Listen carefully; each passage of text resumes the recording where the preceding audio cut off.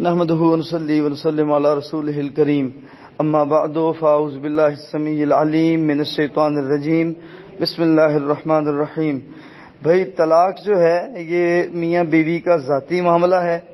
وہ اپنی اسیسمنٹ کے مطابق اپنی سمجھ اور نگہداشت کے مطابق جو ہے وہ اس کو ہینڈل کرنا چاہیے اور کو کرتے ہیں.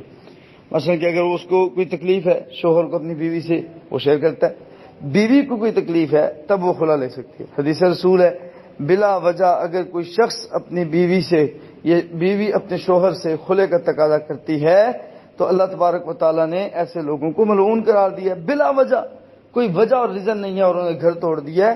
دنیا کا یعنی کہ بڑے جو گناہوں میں سے گناہ ہے دنیا کے معاملات کا، تو ان میں سے ایک گناہ یہ ہے میاں بیوی کا آپس میں ایک دوسرے کو چھوڑ دینا، طلاق دے دینا اور گھر کو بے آباد کر دینا.